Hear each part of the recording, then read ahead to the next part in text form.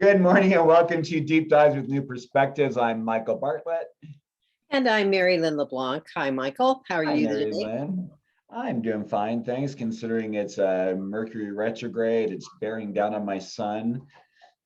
A little chaos here. So if you hear bumps and grinds and as you're listening, What degree is your sun? 6 degrees. Yeah. I mean, Mercury is stationary. Are we in the right week? Mercury went, oh yeah, Mercury is retrograde. I'm sorry. Yeah. This is totally a Mercury retrograde in you have Mercury in Capricorn.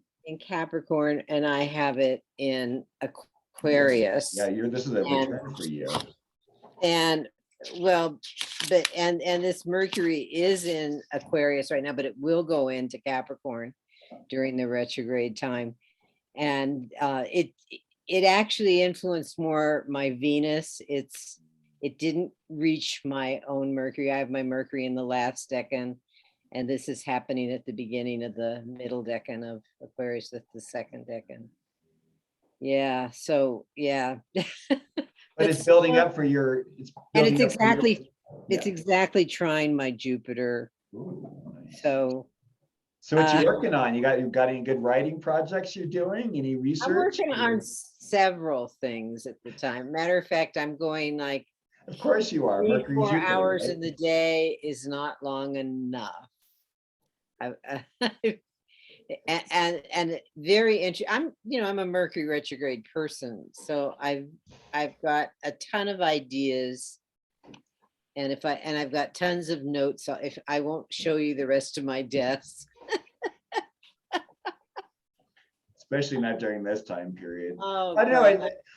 It makes you really think about the reason why there are these metaphors of the Aquarian being up in its ivory tower. I mean, we like being left alone so we could just dive deep into ideas and thoughts and thinking and things. I think, with this Mercury retrograde squaring its ruler Uranus and conjuncting its other ruler Saturn, that makes for a really potent Mercury. That makes, and Uranus and Saturn, of course, we talked before, the two, they're the two father figures.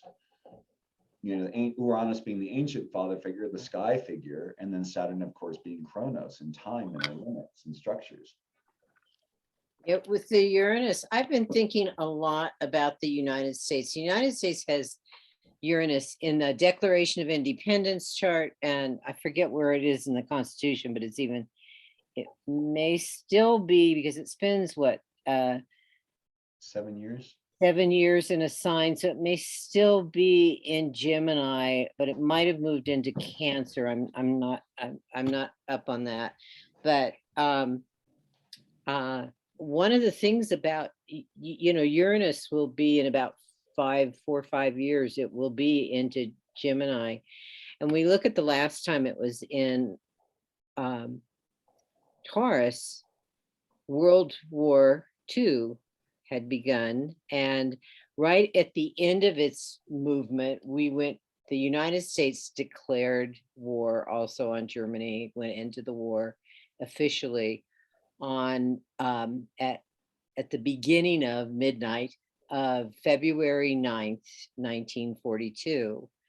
And Uranus was in the last couple degrees of Taurus at that particular time. It did in a few months later went into Gemini, and I'm just looking at the world scene right now, and over the weekend some of the news was basically how what Russia is doing in regard to Ukraine. It looks like something might flare up there, and all the NATO countries, the Western European, the United States and stuff. What does that mean? I mean, at the time before, when Uranus, before the late 30s, early 1940s, before that time, the time before when Uranus was in that territory, it was set the buildup to our Civil War. And then the time before that was our Revolutionary War.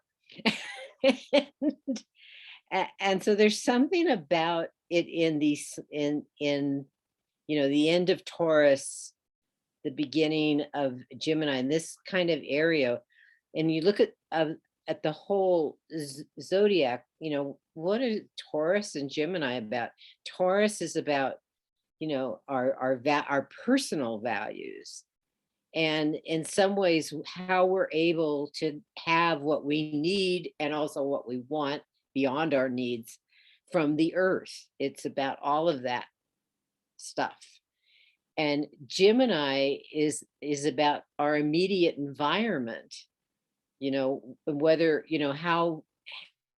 how much, it's an air sign, so how much freedom, because air likes to go anywhere, it can go anywhere. How much freedom do we have even in our local space, and how receptive and peaceful and accommodating is that local space. And I then it made me go to the glyph of Uranus itself. Is there something about this energy? I mean, we do know that just from the observations over the years of Uranus's energy, that it does have a lot to do with revolution and upheaval. But somehow the glyphs were getting me, and especially because of a similarity to the glyph for Gemini, one of the signs that seems to be part of this warrior kind of confrontational insurgency, etc. And you have two poles, it's like Roman numeral two lines, like a pole, next to each other. And with Gemini, there's two lines on top of those two poles. So there's a containment. It's sort of like with Gemini, you can go, so high, you can climb the trees in your neighborhood, but that's as far as you can go on your own. Or you can dig a cave in your backyard. That's as far as you can go. And when it comes, we had, where I grew up, we did something similar to that as kids. My mother was a gardener. She didn't really like it very much, but anyway. Oh, I can't help but laugh today. If you can't laugh at what's going on in the world, yeah, I'm sorry, but then go see your therapist. Anyway, in terms of, and air signs have a lot to do with learning, and so we often think about elementary schooling or just early childhood schooling through adolescence perhaps, and we learn so much. It's contained. Our minds are able to kind of look at more stuff, look up, and we're also able to look down and say, oh yeah, this is what we live on. This is a space we have sort of dominion over, in a way, our own personal space, but it's limited. But with Uranus, those lines don't have anything. And it's sort of like the revolution becomes one of, I want to go deeper, I want to go higher. And then there's this, what is there? There's this little bar in between that sort of says, you really should stay in balance. But balance is a personal experience. And so there's this individuality quality of, the length of those lines is greater for me, and the closeness of them can be greater for me. And then there's that little line and circle that's under the bar that goes across. And I mean, the circles are usually supposed to represent spirit or self. Yeah, it could be self too, but Self, you know, yeah. you think about the sun as the circle with the dot in the middle, and that's like the self contained within spirit, which is much greater. But with this, it's sort of like I can operate, I I can operate a little bit out, you know, I know that spirit is there, but there's even more to create or invent. So I can operate a little bit outside of spirit, maybe. You know, and it brings up to me the idea that Uranus can, on a positive note, be sort of like what Jung said about humans being, you know, creators who continue the creation of God. Those weren't his words, but essentially the idea that you know, when we say that our concept of God is something of an all creative, continuously creating God, well, that continuation continues through us humans. And with Uranus, it's sort of like saying, don't stay within, you know, there is that core creativity, but the boundaries of it are almost unlimited. That's what those I love lines the breaking down of the glyphs because it's something that I think we kind of, in a way, take for granted, like we do letters, and we don't, you know, and there is that magic in each of it. There's this purposefulness, and what I like, I never thought about putting Gemini and Uranus together as far as the lines, but yeah, like Gemini is this framework of, like, you know, it's like our even though Mercury is a psychopomp and has the ability to go to the underworld, beyond the planet, and be up in the heavens, in this sense of where Gemini is, it's just really the sensate part. It's the part of air that goes from Earth to, you know, like our stratosphere, right? You know, where the oxygen ceases to exist.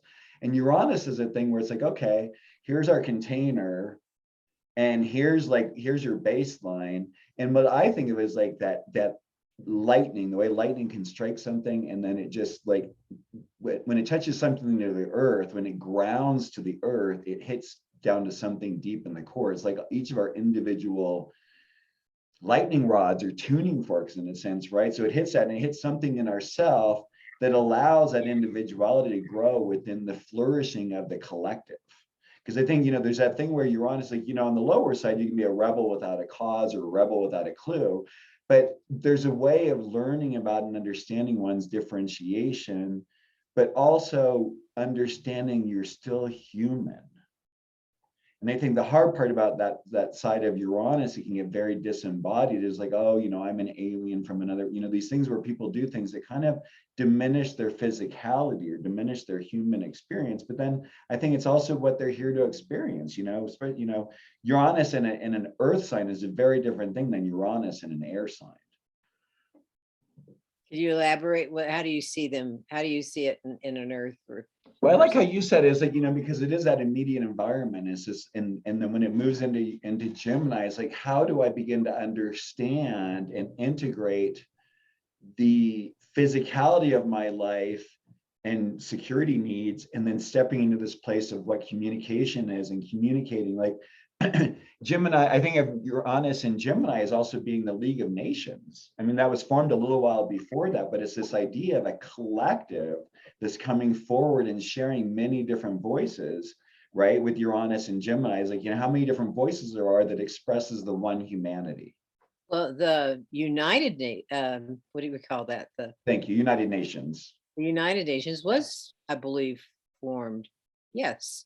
Was it during the Second World War or the First World War? No, the League of Nations. That's right. League of Nations was First World War, and then yeah, and then you know, and that's, you know, and it was formed while Uranus was near the end of Gemini, because it was there 7 years and it went into it in 42. So that's 40. It left it in 49. So it was formed there. And that's what we want. I mean, that's what Uranus is teaching us, is like, you know, it's the beauty. I mean, we come to Saturn with all these rules. And when we think about the layering of how our solar system is outwards, you know, we get up, each of them are developmental. So Saturn gets up to, okay, these are the rules and these are the structures and these are the right ways of doing things. And then Uranus is like, hey, wait a minute.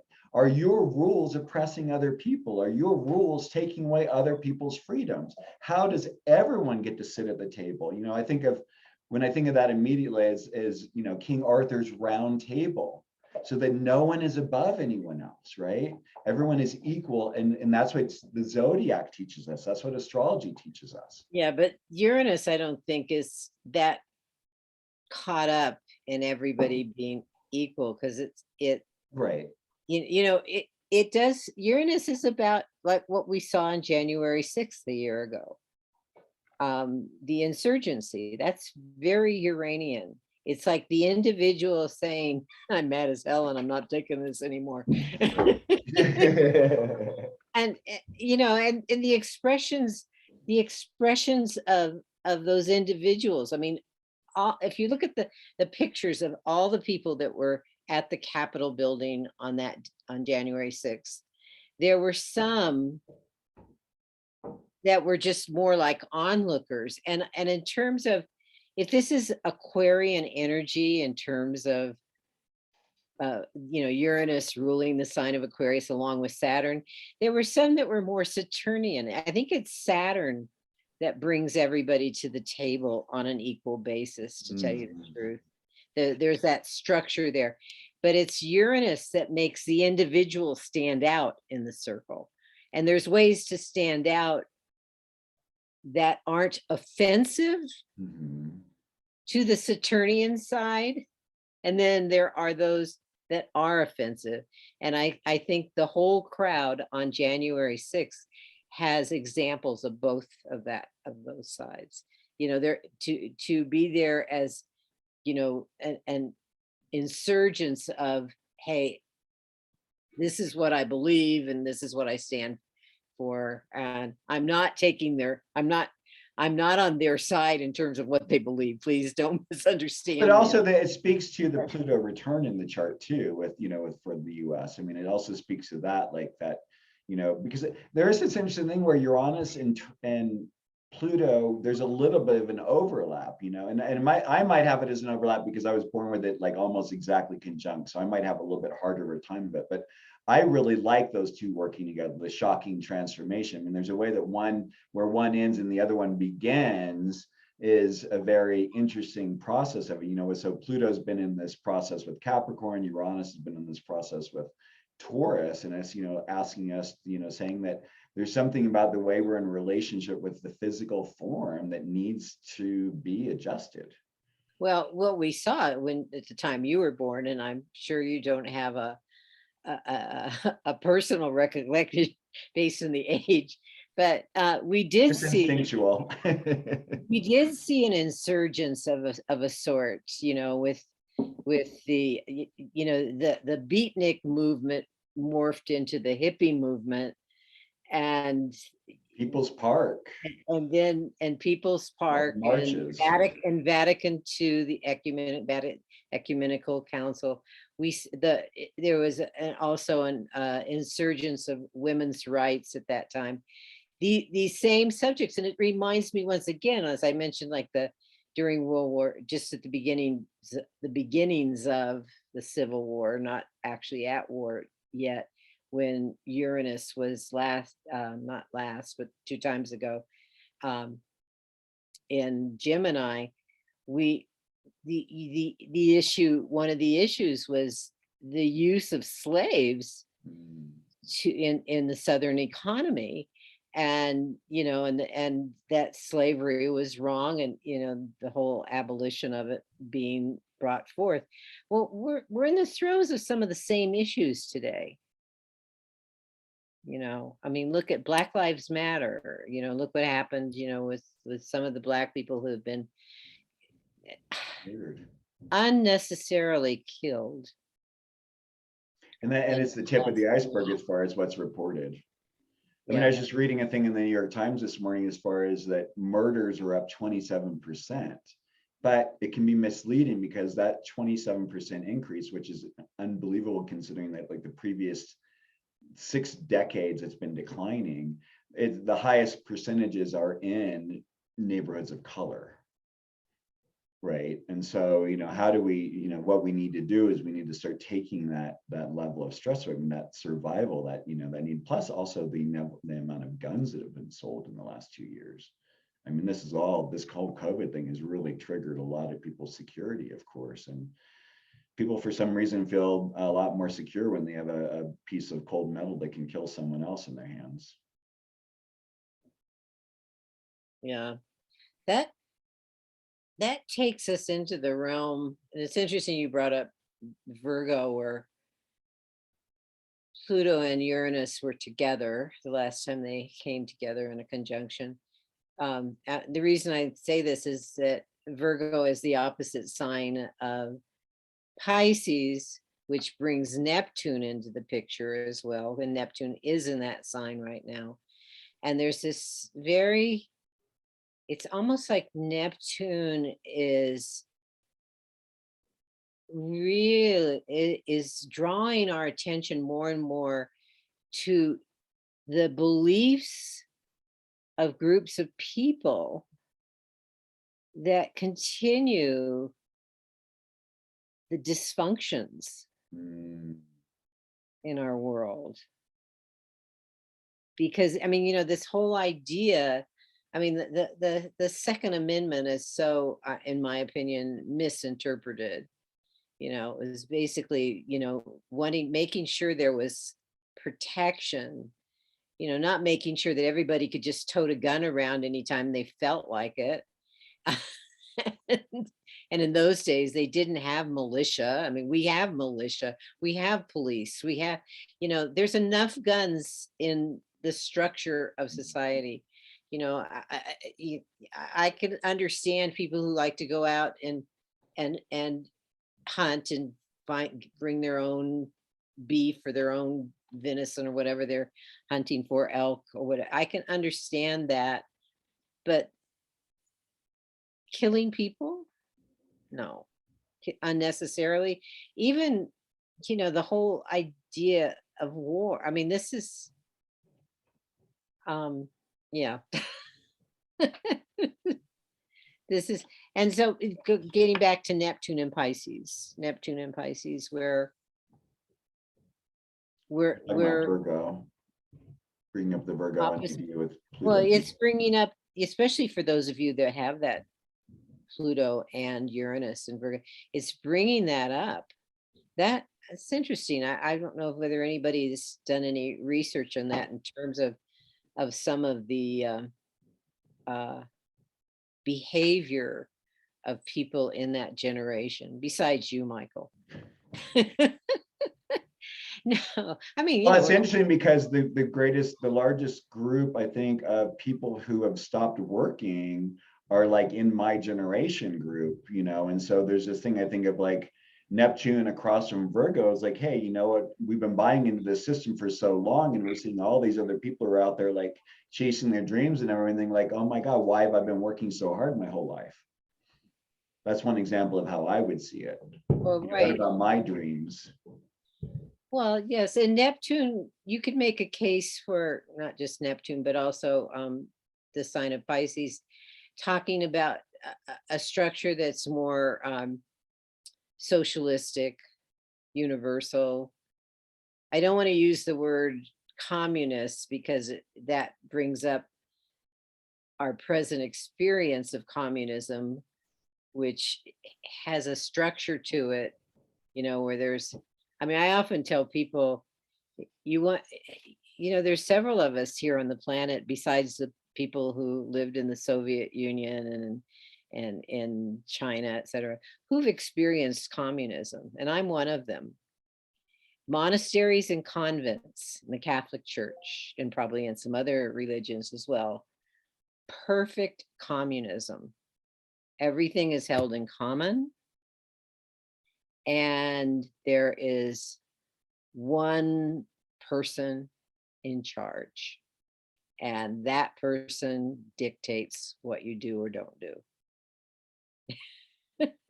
And it's great when that person has done their work and they're a conscious human being and they don't have any sort of weird power plays and other little things going on. It can be a really incredible utopian experience for everyone involved. And then there are other ones where someone has, is working out power trips over a whole group. I mean, and there's shades of everything in between the two. thank you. Exactly. Yep.